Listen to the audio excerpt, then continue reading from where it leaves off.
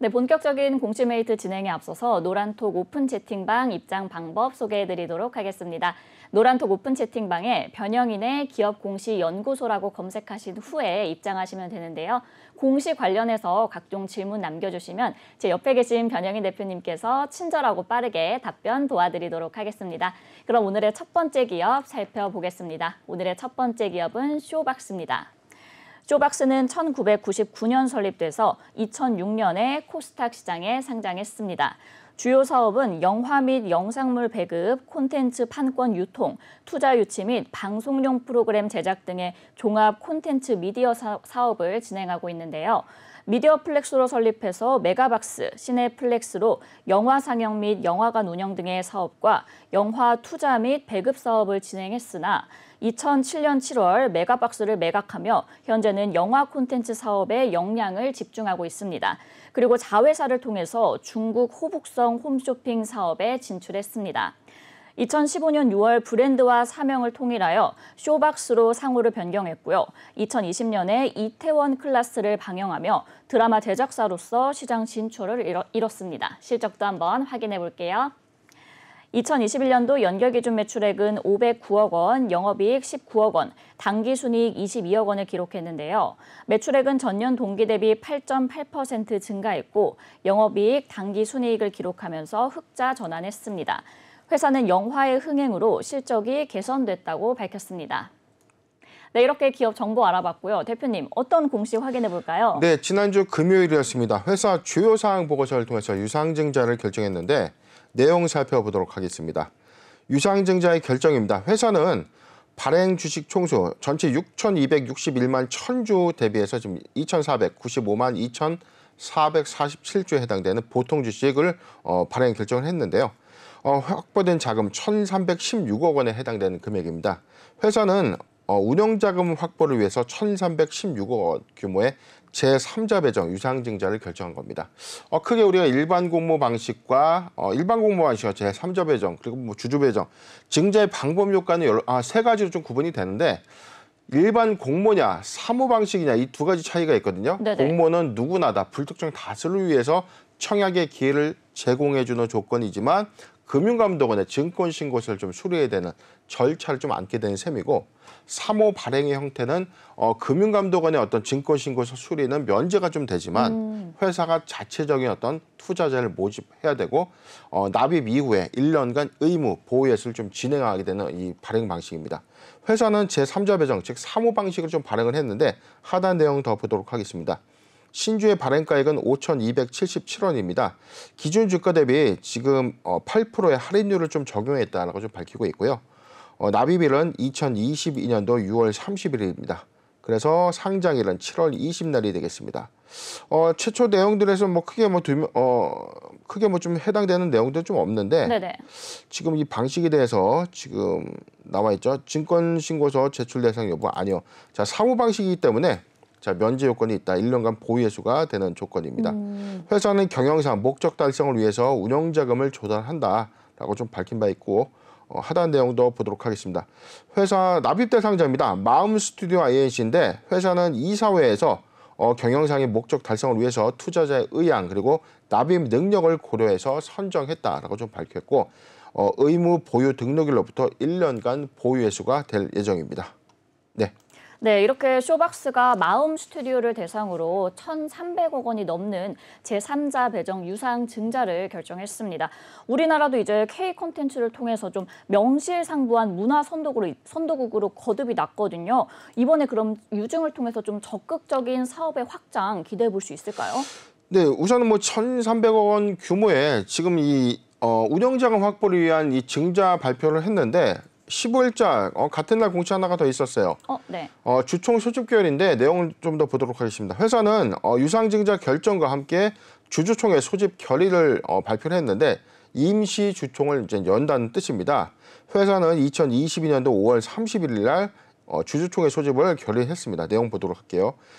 이로 의한 정관 변경의 건, 사업 목적 추가, 신주인수권 배정 기준의 변경, 그리고 이사의 수 변경의 건을 상정했고 이호 의한 이사 선임의 건으로 기타 비상무 이사 구본웅 선임의 건, 사회사 김광영 선임의 건을 상정했습니다. 그리고 감사위원회 김광영을 선임했건 신규 선임한 건을 이제 상정을 했는데 지금 납입 대상자를 기점으로 해서 이 아까 그 주주 배정 착오가 좀 있었습니다. 마음 스튜디오 배정 대상자의 대표자인 구본웅 씨가 사내이사로 좀 선임되는 특별 좀 안건이 좀 있었고요. 그다음에 네네. 김광영 씨가 사회이사로 좀 선임이 되는데 지금 사실상 이 주주 배정 제3자 배정 유상증자에 참여한 이 배경에 대해서 경영 참여까지 좀 있는 것 아닌가? 그럼 경영권이 변경되는 건가? 좀 우리가 좀 의아해할 수 있는데, 네네. 자 아직까지는 경영권 변경을 수반하는 것은 아니지만 2대 주주로서 경영에 좀 본격적인 어떤 참여가 아닌가 좀 판단이 된 상황입니다. 사업 목적 배경 내용에 대해서 좀 주목되고 있는데 회사는 사업 목적을 추가했습니다. 블록체인 기술 기반의 암호화 자산 관련 그리고 콘텐츠 기획, 제작, 유통, 중개, 마케팅업 그리고 광고 대행업 그다음에 가상현실 세계죠. 메타버스입니다. 관련 기획 및 제작업을 추가 신규 사업 목적으로 좀 추가한 이 배경에 대해서 지금 1,300억 원의 이 운영자금 조달을 했지만 새로운 김광영 그리고 구본웅 사내이사 선임 이후에 본격적인 어떤 신규 사업을 개척하는 것이 아닌가 좀 유추 해석이 좀 되는 대목인데 참 이렇다면은 이 콘텐츠 기획 업무를 좀 이 적극적인 어떤 사업으로 영위하고 있는 이 회사에서 주력 사업으로서 사실상 이 블록체인 기반으로 한 이 메타버스 사업을 확장해 나가는 어떤 신호탄이 아닌가 예상이 되는 공시입니다. 네, 일단 신규 사업의 개척으로 인해서 좀 전망은 긍정적으로 봐주셨는데 여기에 이제 실질적으로 사회적 거리가 이제 전면 해제되면서 코로나19로 타격을 받았던 극장가에 대한 기대가 높아지고 있는 상황이거든요. 사실 저도 이제 집에서 그냥 아무래도 영화 보는 것보단 극장에서 보는 게 훨씬 느낌도 다르고 그러더라고요. 네. 이 부분에 대한 전망은 어떻게 보세요? 네, 쇼박사면 사실상 이게 거리두기 완전 해제, 일상으로서의 어떤 전환에 대한 어떤 기대감이 최근 좀 반영되고 있는데, 자 저는 사실상 이게 왜 코로나19의 엔데믹의 어떤 수혜주 관점이냐, 또는 이게 코로나19의 피해주였나 관점에서 생각해 볼 때 사실상 코로나19의 어떤 이 피해주라고 보기엔 좀 어려웠어요. 사실은 저는 수혜주 관점도 있었다라고 보는 거죠. 그런가요? 자, 그렇죠. 왜냐면은 이 쇼박스의 경우에는 사실상 이 메가박스의 어떤 이 매각 이후에 사실상 이 극장 상영업을 하지 않거든요. 네네. 거의 이제 주력적으로 하고 있는 이 부분이 이제 콘텐츠의 어떤 제작 및 배급인데 지금 사업 보고서 잠깐 보도록 하겠습니다. 최근 매출 수주 사항 내용들 좀 보면 자, 이 회사 콘텐츠 기획 제작 매출액은 이 감소 추세가 좀 있었죠. 2019, 2020, 2021년도를 좀 비교했을 때 48억 원 그리고 100억, 3억 8천에 좀 줄었는데 영화 매출 부분에서는 지금 680억 그리고 340억, 310억. 자, 코로나19의 어떤 이 시작점 이후 팬데믹이 활성되기 이전과 비교했을 때 영화 매출이 좀 감소한 것은 사실입니다. 그런데 지금 314억 원의 매출 감소 요인에 대해서는 수출 비중이 좀 크게 증가했다. 지금 뭐냐면 OTT 계열의 어떤 매출 신장은 있었다는 거죠. 자, 그렇기 때문에 사실상 이 코로나19의 어떤 피해주라는 관점보다는 부분적인 수혜가 맞았다. 그런데 이제 엔데믹 이후 즉 일상으로서의 어떤 전환이 가시화가 된다면 영화관의 어떤 흥행 매출, 영화관의 어떤 이 관람 객수가 좀 증가되면 될수록 사실상 영화 개런티 관련된 수입액도 증가되는 어떤 차이에서 기대감을 좀 수반할 수 있는데 코로나19의 어떤 피해주 관점으로만 보는 것은 좀 다소 좀 지나친 것이 아닌가. 자, 그렇게 좀 보고 있고 지금 주요 제품의 서비스 기획 매출도 보면 전체적인 어떤 회사의 매출 전체 포지션은요. 영화 매출 부분이 거의 99%입니다. 지금 드라마 제작사로서 2020년도에 부분적으로 좀 확장을 좀 해갔지만 사실상 전량이 확대될 수 있는 어떤 비중들은 영화 매출 부분이기 때문에 사실상 엔데믹 이후 일상으로서의 어떤 전환 시점에 관람객들이 좀 크게 증가하는 시점이라면 수혜적 관점에서는 부분적으로 좀 인정되는 것이 맞는데 자, OTT 계열에서의 어떤 부분적인 피해 매출 부분을 회복했기 때문에 사실상 추가적인 부분은 관람객 증가에 따른 추가적인 어떤 실적 회복이 관건이 아닌가 예상해 봅니다. 네, 대표님, 근데 또 하지만 걱정되는 부분이 그동안 코로나19로 인해서 좀 주요 콘텐츠들이 OTT에 자리를 내준 느낌이 있었잖아요. 그럼 영화업계가 다시금 이전의 영광을 좀 찾을 수 있을지도 궁금하거든요. 네, 사실상 저는 제가 좀 말씀드렸던 관점이 코로나 팬데믹이 확산된 이후에 OTT 산업 부분이 비약적인 성장을 했습니다. 그렇죠. 근 2년간 비약의 성장을 좀 했는데 일상으로서 좀 전환된 시점, 즉 엔데믹으로서 우리가 이 삶이 좀 시작되는 이 시점에 사실 집에서 TV를 보고 집에서 콘텐츠를 볼 수 있는 어떤 시간적인 부분이 더 많겠느냐. 자, 이 관점이었죠. 오히려 야외에서의 활동이 좀 활발해지고 여행도 활발해지고 한다면 오히려 콘텐츠를 볼 수 있는 시간이 좀 감소될 수밖에 없다. 좀 그런 관점인데, 자, 근데 이게 두 가지 측면이 있더라고요. 오히려 여가에서 남는 시간은 집에서 밀린 드라마들을 한 번에 보기 때문에 OTT의 장점은 그런 것이다라는 거죠. 그렇죠. 예. 매주 우리가 회차를 좀 기다려야 되는 어떤 그런 이 콘텐츠에서 사실은 이게 몰아보기가 좀 가능한 OTT의 어떤 장점 효과도 좀 있기 때문에 그래서 OTT 산업 부분의 어떤 피해도 좀 미비할 것이다라는 어떤 전망도 좀 있지만 그래도 오프라인의 어떤 이 상향이 좀 확장되는 관점에서 쇼박스는 오히려 온라인보다는 오프라인의 어떤 강점을 가진 이 관점에서는 실적 회복적 관점에서는 수혜가 좀 아닌가 생각해 봅니다. 네, 그 대표님께서 이제 아까 잠깐 봐주셨던 재무 상태를 한번 보면은 코로나19 사태로 좀 직격탄을 맞은 타 업계와는 달리 그래도 나름 좀 방어를 잘한 모습이었거든요, 쇼박스가. 그러면은 올해 실적 예상해 보신다면 어떨까요? 네, 지금 연결 재무제표를 좀 보면은 21기가 2019년도입니다. 2019년도 매출이 786억, 그리고 팬데믹 확산됐던 2020년도에는 467억, 그리고 2021년도에는 509억 원.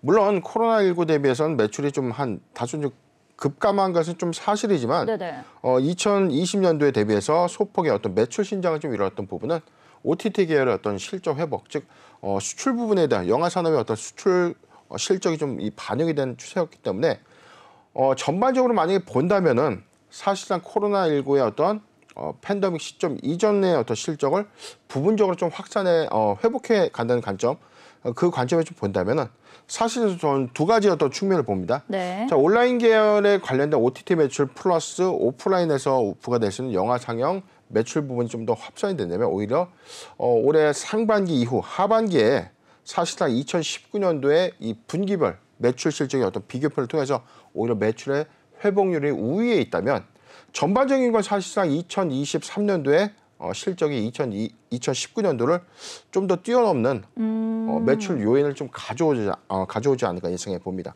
네, 이 OTT 매출과 그리고 오프라인 매출을 좀 합산을 해서 매출의 회복률을 기대해 볼 수 있다라고 말씀을 해주셨습니다. 대표님, 그럼 마지막으로 이 쇼박스 투자 전략도 같이 짚어주세요. 네, 지금 쇼박스를 보면 최근에 어떤 작년 10월에 주가 좀 급등한 좀 이력이 있는데, 자, 이렇게만 보면 이게 코로나19의 피해주였나라는 관점을 우리가 볼 수가 있죠. 그런데 제가 좀 신기한 걸 좀 보여드릴게요. 좀 주봉 차트를 좀 보면 전체적인 어떤 코로나19의 시초점, 자, 2020년도 한 이 지점이 시초의 팬데믹 시작 지점이라고 좀 보고, 자, 본다고 하면은 지금 코로나19의 이전에 어떤 주가치에 대해서는 지금 모두 올라와 있던 상황이죠. 그런데 네네. 실적은 오히려 더 크게 감소한, 그리고 손익의 감소 효과는 좀 갖고 있는 이 상황에서 오히려 주가의 회복은 빠르게 회귀가 좀 된 부분이 있죠. 자, 그렇기 때문에 여기서 추가적인 상승 부분을 우리가 가져갈 것인가. 자, 그렇기 때문에 이 주가의 선반영 관점에서는 지금 사실상 주가의 부담감으로 작용될 수밖에 없는 상황이다. 이게 뭐냐면 실적 회복 요건이 관건이다. 추가적인 어떤 상승을 위해서는 실적 회복 요건이 좀 관건인데 지금은 실적이 코로나19 팬데믹 이전보다도 오히려 감소했음에도 불구하고 주가는 거의 다 회복을 한 것과 네. 다름이 없기 때문이죠. 그렇기 때문에 자, 이러한 어떤 착시가 기대감을 수반하는 과밸류에이션 현상을 초래할 수 있다는 어떤 관점도 우리가 좀 예상을 해봐야 되고요. 물론 지금 1,300억 원의 신규 자금 조달을 통해서 회사가 확장해 나갈 수 있는 어떤 외형의 요건은 좀 달라질 수 있겠죠. 자, 이 반응 효과를 우리가 좀 차지하더라도 자, 이런 관점에서 추가적인 상승 여력은 다름 아닌 실적의 회복이 관건이 아닌가 자, 판단해 봅니다. 지금 보유자 관점에서 의견을 좀 먼저 제시해 드리겠습니다. 6,000원이 이탈되지 않다면 보유 의견을 좀 제시해 드리고 네. 자, 지금 일봉 차트 좀 다시 볼게요.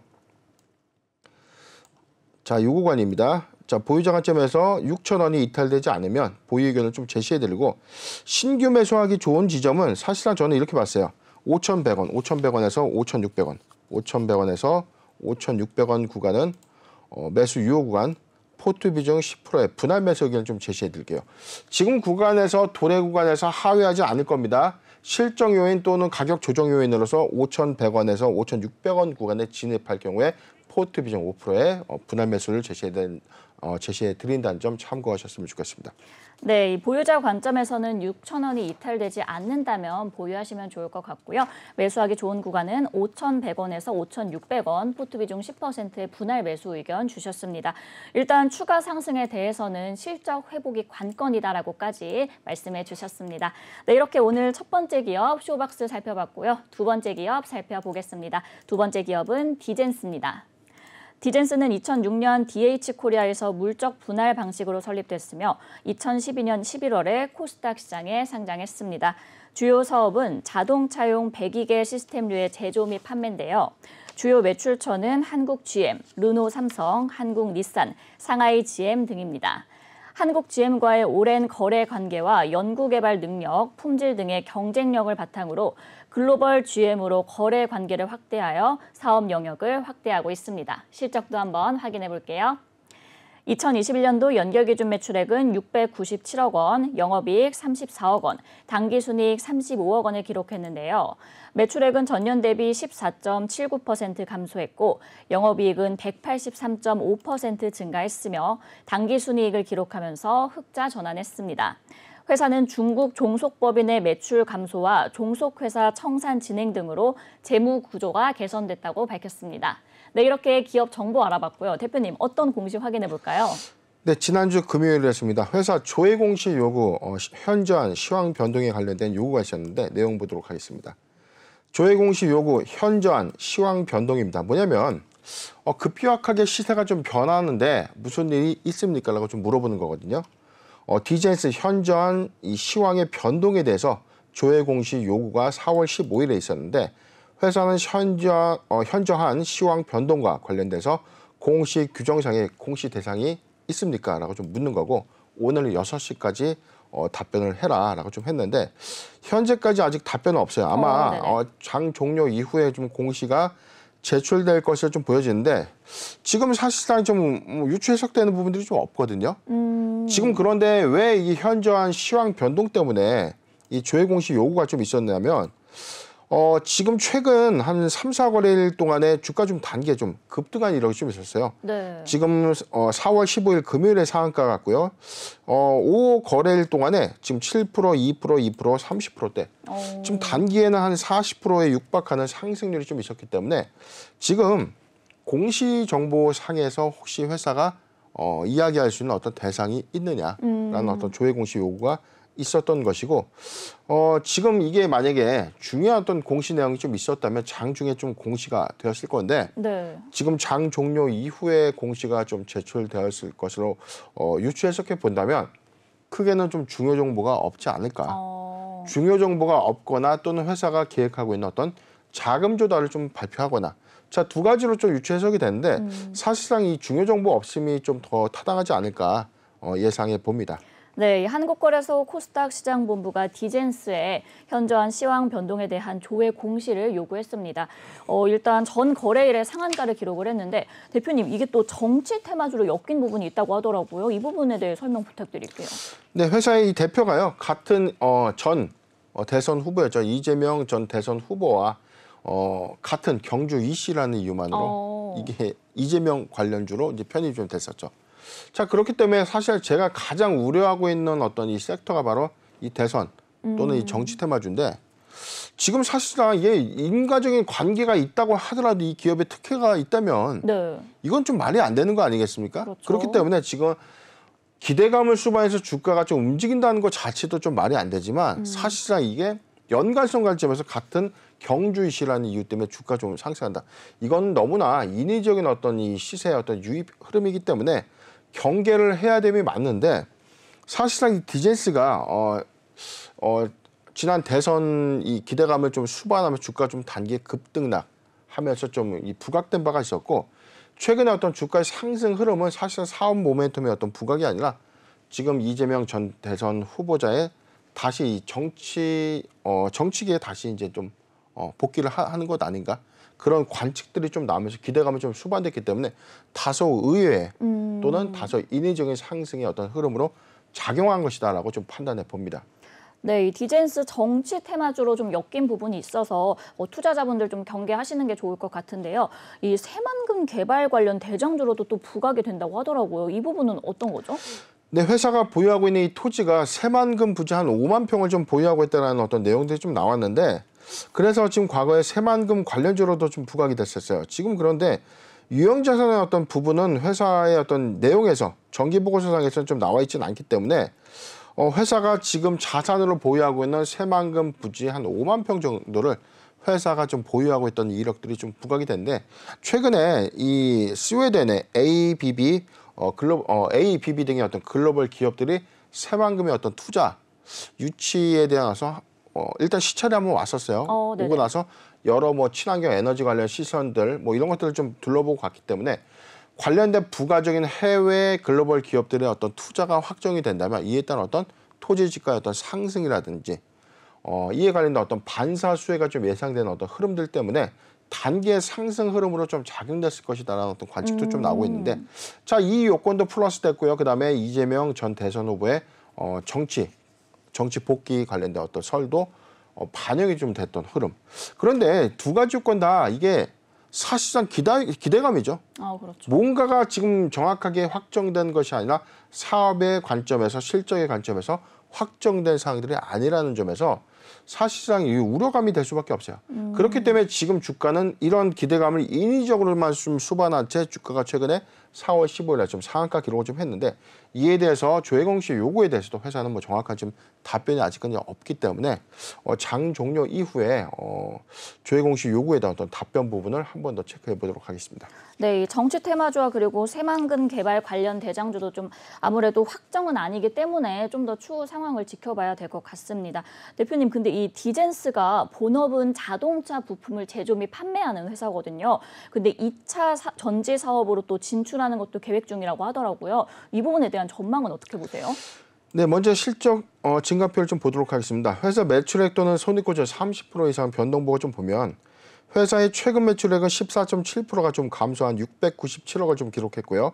그런데 영업이익, 당기 순이익을 좀 기록하면서 흑자 전환을 했고 영업이익은 183.5%가 좀 증가되면서 실적을 좀 회복했다라고 좀 보여지는데 자, 그런데 착시 요인이 있습니다.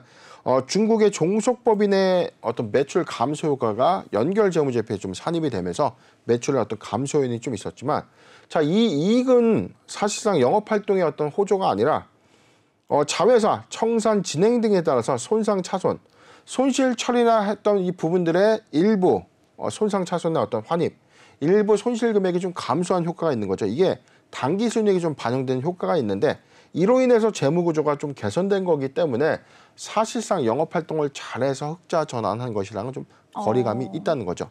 그렇기 때문에 이 회사는 뭐 GM 등 이 전반적인 어떤 자동차의 머플러들을 좀 만드는 회사입니다.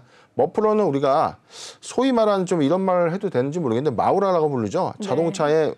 자동차에서 우리가 배기음이라고 해서 심한 경우에 자동차 이 소음이 좀 심합니다. 자, 그런데 여기 안에 이제 자동차의 어떤 이 소음 장치가 좀 있는데 자, 머플러 안에 이 소음기를 제조하는 회사가 바로 디젠스입니다.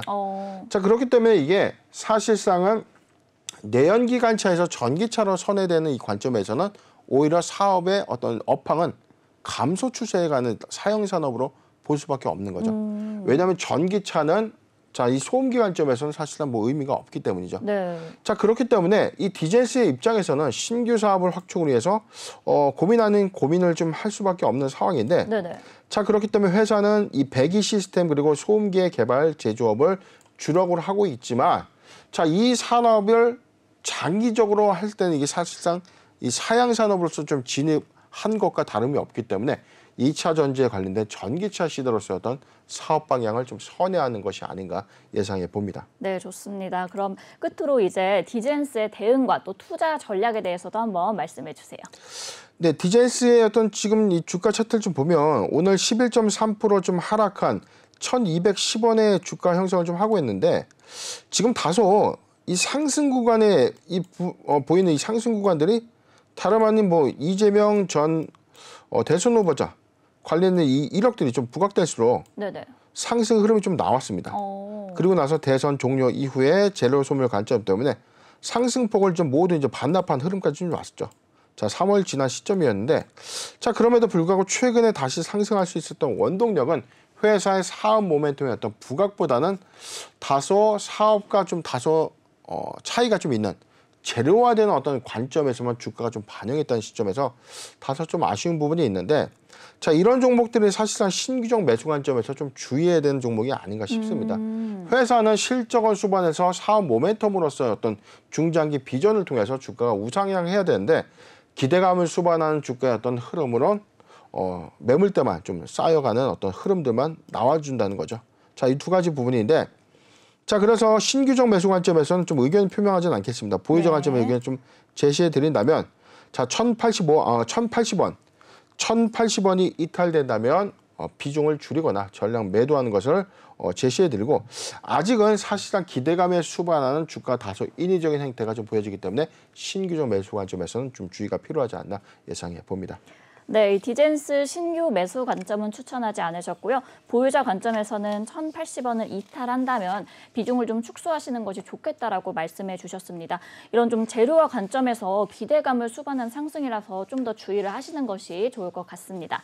네, 이렇게 오늘의 두 번째 기업 알아봤고요. 세 번째 기업 살펴보겠습니다. 세 번째 기업은 JTC입니다. JTC는 1993년 설립돼서 2018년에 코스닥 시장에 상장했습니다.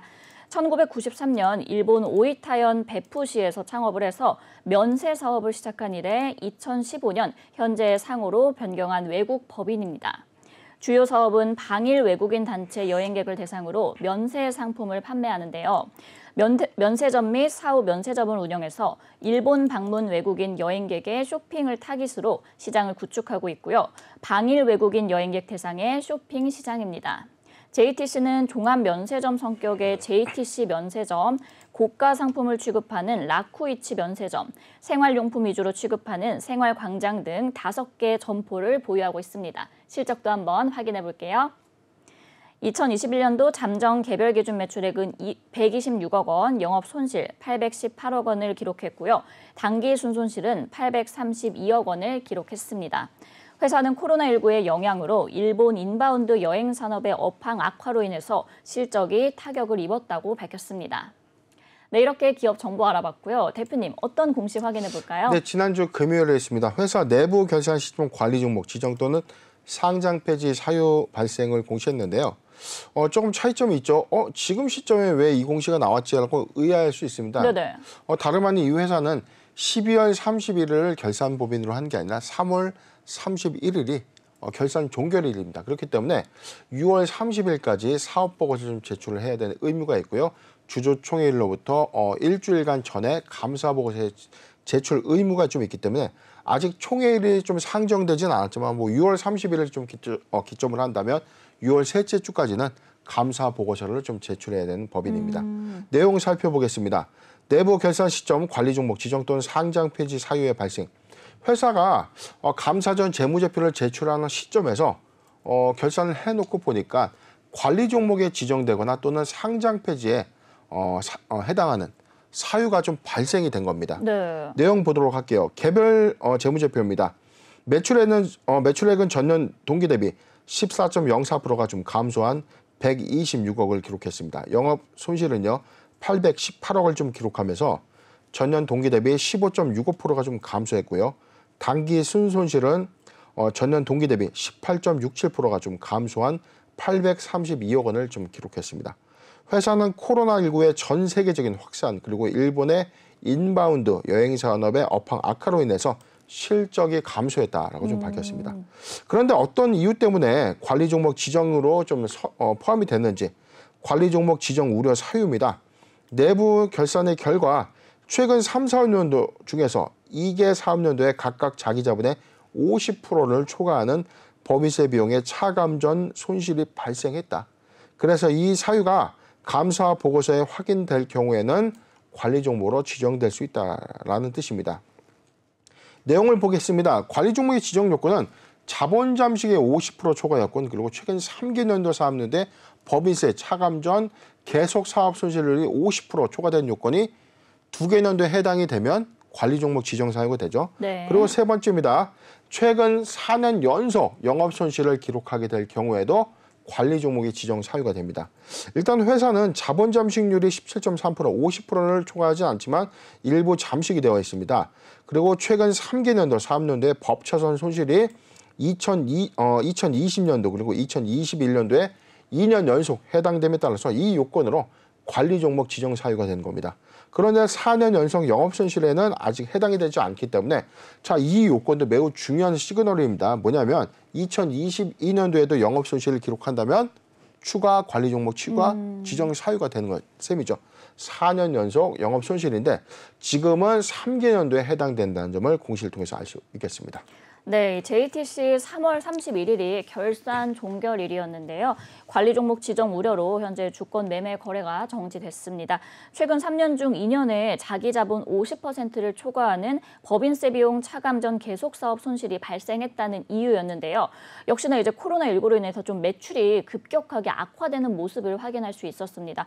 대표님, 근데 올해 좀 하늘길 열리면은 그래도 기대해 볼 만하지 않을까요? 네, 지금 이게 사실상 지금 항공, 여행, 면세점 직격탄을 받을 수밖에 없는 사업입니다.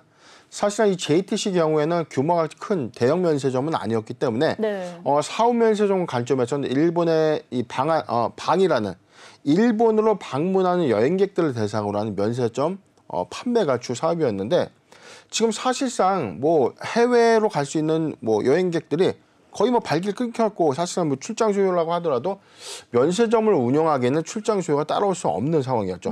지금 3분기 보고서 잠깐 좀 내용을 볼게요. 회사 지금 주요 제품 부분의 어떤 전체 매출 포지션을 보면 지금 식품 부분이 17.3% 그리고 화장품이 24.7%, 귀금속, 전자기기 등인데 전체적인 부분이 관광을 통하지 않으면 사실상 판매율이 증가될 수 없는 품목들입니다. 자, 그렇기 때문에 이 업황의 회복은 사실상 하늘길이 열리고 여행객들이 사실상 자유롭게 왕래할 수 있는 그런 시점에 좀 가능했을 얘기인데 전체적인 어떤 매출의 증감폭을 좀 보면 지금 이게 엔화로 좀 표기가 되어 있기 때문에 연결 재무제표의 원화 부분을 좀 환산된 내용을 좀 보도록 할게요. 지금 전체적인 어떤 분기 실적을 좀 보면 전체적인 2020년도와 2021년도의 어떤 증가세는 지금 124억에서 112억 원인데 지금 최근에 이 2019년도 기준으로 좀 보면은 사실은 매출액이 거의 70% 이상의 어떤 급감 요인이 있습니다. 그렇기 때문에 사실상 여행 재개가 이 회사의 어떤 회복 수익률과 좀 직격으로 좀 연결이 되고 있는데 지금 아직 하늘길이 좀 열린다고 하더라도 지금 본격적인 어떤 회복세를 좀 가져간다면 2023년도 상반기 이후에 보다 좀 회복세가 좀 가셔야 될 것이라는 어떤 전망을 우리가 좀 확인해 본다면 JTC는 사실상 2022년도에 영업손익 회복도 좀 어렵지 않겠는가라는 관측이 좀 나오고 있는 상황입니다. 네, 그럼 2023년도 상반기 이후에나 좀 회복세가 가셔야 될 것 같은데요. 대표님, 근데 또 보니까 한일 관계 개선도 좀 필요해 보이더라고요. 단순히 이제 여행 노선이 좀 재개된다고 해서 다른 면세점 관련주들이랑 흐름을 좀 동일하게 갈 것 같지는 않을까 싶은데 이 부분에 대해서는 어떻게 보세요? 네, 사실상 좀 JTC의 경우에는 어떤 사업의 부분이 정치적인 이슈나 네. 지금 코로나19 팬데믹 같이 예상하지 못한 어떤 사업의 위기가 사실상 회사가 좀 예측할 수 있는 어떤 이 상황과는 거리가 좀 멀었습니다. 상장 직후에는 바로 한일 무역 분쟁이 좀 터지면서 일본으로 가는 사실 관광객이 좀 급감한 효과가 좀 있었죠. 네. 이로 인해서 사실상 이 실적이 좀 크게 좀 타격을 받았는데 이후에 바로 코로나19의 어떤 팬데믹이 가시화되면서 최근 3년간은 거의 고통에 가까운 실적이 좀 크게 악화된 흐름이 있었는데 이 최근 3개년도 이후의 어떤 수익성을 좀 본다면 JTC는 좀 비교적 탄탄한 영업 성장을 좀 보여왔기 때문에 관건은 사실상 우리가 이제 이 여행 재개가 좀 더 가시화되는 하반기 그리고 내년 상반기 관점에서 자 이제 오미크론 이후에 추가적인 어떤 변수죠. 자 이러한 요인으로 인해서 다시금 거리두기를 좀 다시 제한한다든가 오히려 국경 봉쇄 정책을 강화하는 어떤 그런 이 흐름들이 좀 나와진다면 업황의 타격은 좀 불가피할 수밖에 없기 때문에 자 이런 관건들을 우리가 좀 차지한다면 2023년도 상반기 이후에 실적 회복이 관건이다라고 저는 판단해 보는 겁니다. 네, 대표님 말씀 들어보면 이제 사실 면세 사업에만 좀 치중을 하면 안 될 것 같아요. 새로운 좀 먹거리 확보가 필요해 보이는데 이 부분에 대한 설명 좀 부탁드려도 될까요? 네, 일단은 회사가 인천공항 쪽에 있는 면세사업 부분을 좀 일단 철수를 하고 지방공항에 오히려 면세사업 부분에 어떤 계약을 좀 최근에 좀 체결을 했다라고 좀 밝혔는데 지금 다름 아니 무안국제공항입니다. 그쪽에 이제 입점을 해서 사실상 면세점의 어떤 판매 부분보다는 종합 관광업으로서의 어떤 사업 전환을 좀 꾀하겠다라고 좀 발표를 했는데 자 이게 최근에 회사가 지금 면세 사업만 그리고 일본에 방일하는 어떤 여행객들을 대상으로 하는 어떤 수익성이 지금 뭐 악화될 수밖에 없기 때문에 어떤 추가적인 어떤 수익군의 어떤 선의 관점에서는 종합 관광업이라는 어떤 여행 산업의 어떤 진출을 좀 의미하는 것이지만 아직 보다 좀 이 강화된 그리고 본격화된 어떤 흐름들은 나와 있지 않기 때문에 자, 이 요건들 사실상 대규모 자본을 좀 수반을 하거나 업황의 훼손 관점에서 업황의 어떤 회복 관점에서 접근을 해야 되기 때문에 아직까지 이 신규 사업을 이제 회사가 추진한다고 하더라도 지금 이 가능성에 대해서 좀 사실 많은 우려감이 있는 것은 사실입니다. 네, 이 신규 사업에 대해서는 좀 그래도 가능성에 우려가 있다라고 말씀을 해주셨습니다. 오늘 이제 또 JTC가 하한가를 기록을 했더라고요. 29.96% 하락을 했는데 대표님 이거 대응 전략도 좀 같이 부탁드릴게요. 네, 이 내용을 좀 먼저 보도록 하겠습니다. 3월 15일에 이미 회사는 무기명시 이권부 무보증 3호 전환사채 외국계 기업으로서 JTC 상장 이래 최초의 어떤 메자닌 발행을 좀 했었죠. 작년이었죠. 2021년도 6월 30일에 발행을 했었는데 채권자와 협의해서 만기 전 사채 취득을 한 겁니다. 141억 4천만 원의 만기 사채 취득을 하면서 지금 회사는 이 재매각도는 소각할 예정이다라고 좀 밝혔는데 지금 141억 원의 자금 조달을 했지만 업황이 너무나 악화되고 있는 거죠.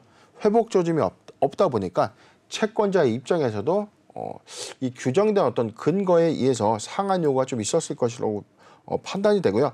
회사는 최근에 다시 61억 원 규모의 제2회차 3호 전환사채 좀 발행을 좀 이끌면서 지금 현재 위기를 조금 극복하려고 하는 어떤 움직임들은 좀 있지만 지금 2회차 3호 전환사채의 경우에도 사실상 관리 종목 지정이 확정이 된다면 기한이익 상실에 어떤 걸릴 수 있는 조항들이 좀 있거든요. 그렇기 때문에 회사가 지금 안전한 어떤 자금을 확보했다라고 보기에는 좀 다소 우려스러운 사실입니다. 오늘 주가가 지금 29.96% 가격 제한폭까지 좀 하락한 3,145원의 좀 흐름 보여주고 있는데 지금 JTC의 경우에는 사실상 업황의 어떤 부진들이에요. 지금 주봉 관점에서 좀 잠깐 본다고 하면은 사실은 코로나19 이전에는 사실은 주가의 어떤 회복세를 좀 우리가 봤을 때 상장 초기만 하더라도 회사 그렇게 주가의 어떤 견고한 흐름을 좀 보여줬지만 지금 10,000원대 형성되었던 최소 8,000원에서 10,000원대 형성되었던 회사의 주가가 팬데믹 이후에 지금 연중 최저점인 1월 24일에는 2,700원까지 좀 급락한 이력이 좀 있었습니다. 추가적인 어떤 하락폭을 좀 더 가져오기에는 지금 사실상 관리 종목 지정 우려감이 좀 반영이 되면서 지금 이러한 요인은 사실상 좀 최근 이 영업일간은 조금 어떤 조정의 빌미로 좀 조정의 어떤 빌미로 좀 제공할 수 있는 어떤 단서를 좀 제공해주고 있는데 신규적 매수 관점에서는 지금 매수하기 좋은 바닥권 구간이라고 좀 인식할 수 있지만 회사의 어떤 추가적인 어떤 감사 의견, 계속 사업으로서의 어떤 존속 의문에 대한 어떤 의문사항이 좀 제기가 된다면 오히려 감사 의견에 대한 어떤 이슈가 좀 부각되고 있기 때문에 지금 매수의 관점보다는 감사 보고서 제출 이후에 매수 관점으로 보는 게 맞다라고 의견을 제시해 드리겠습니다. 네, JTC는 아무래도 신규 매수 관점에서는 감사 보고서가 제출된 이후에 상황을 좀 살피시고 들어가시는 것이 좋을 것 같습니다. 네, 이렇게 오늘 쇼박스 그리고 디젠스, JTC에 대해 살펴봤는데요. 더 궁금하신 사항은 노란톡 오픈 채팅방 변양인의 기업 공시 연구소로 들어오시면 되겠습니다.